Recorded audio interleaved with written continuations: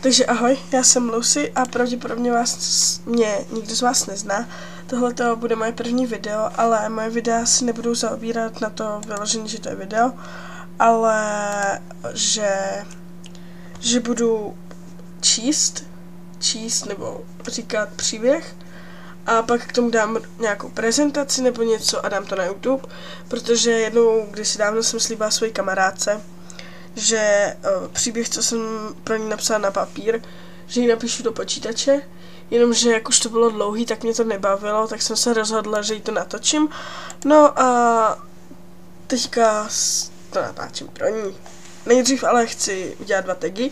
První se jmenuje 15 podivných faktů o mně a druhý je 1 slovo. No a ještě se chci přitom omluvit za to, jak mluvím, protože jsem nemocná a nejsem ve škole.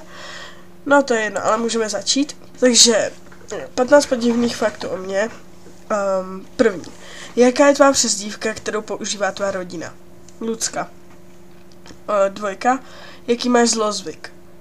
Kousání sertů a propisek.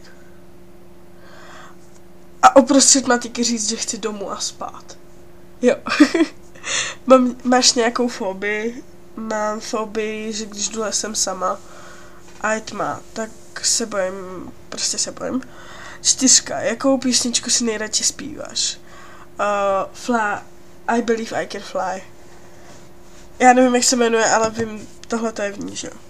Co tě dokáže vytočit? Mě vytočí úplně všechno. Já jsem strašně, já nevím, jak to mám říct. Strašně... Mně to vypadla za slova. Že se rychle vytočím. No, tak. A ne vždycky. Řekni 1 věc, kterou děláš, když jsi nervózní. Prolamuju si prsty. Na které straně postele spíš? Uprostřed? Jaké pití si objednáš v restauraci, v baru? Asi Sprite a matonku. Jaký byl tvůj první pršák a jak se jmenovala? Jo, to byl takovej velká opice a jmenovala se Děda. Jo, to neřešte, proč to mám někdy možná povím. Jaké kosmetické pravidlo doporučuješ a sama dodržuješ? Čím méně toho na obličeji máš, tím je to možná lepší. Jakým směrem stojíš ve sprše? Není to jedno? Nevím. Jako řekla bych vám to, alež bych věděla vyloženě. Nevím. Umíš něco zvláštního se svým tělem? Ne. Jaké je tvoje nejnezdravé jídlo? Hranolky. Asi jo, hranolky. Jakou frázi nejčastěji používáš? Komu to cpeš? To říkám vždycky strašně kamarádovi.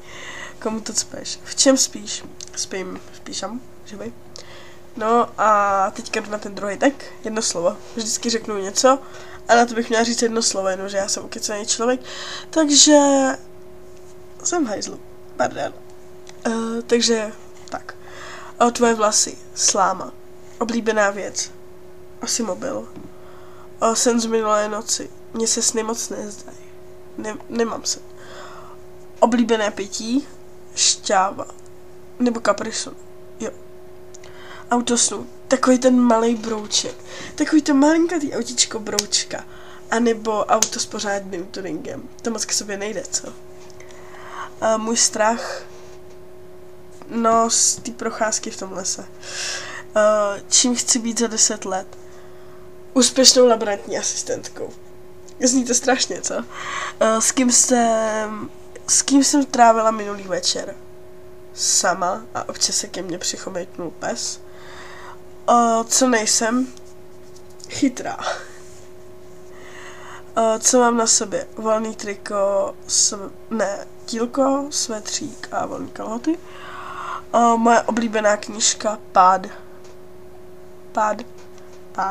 Určitě Pád. A nebo Tajemství gobelínu. Co jsem naposled jedla? Čínskou polívku z pytlíku. Můj život. Přežívám. Moje nálada. Pohoda. Moje léto. Fajn. Když jsem naposled smála? Před chvilkou. Nejoblíbenější víkendová činnost. Koukání na YouTube. Koukání na YouTubery. Jednoznačně.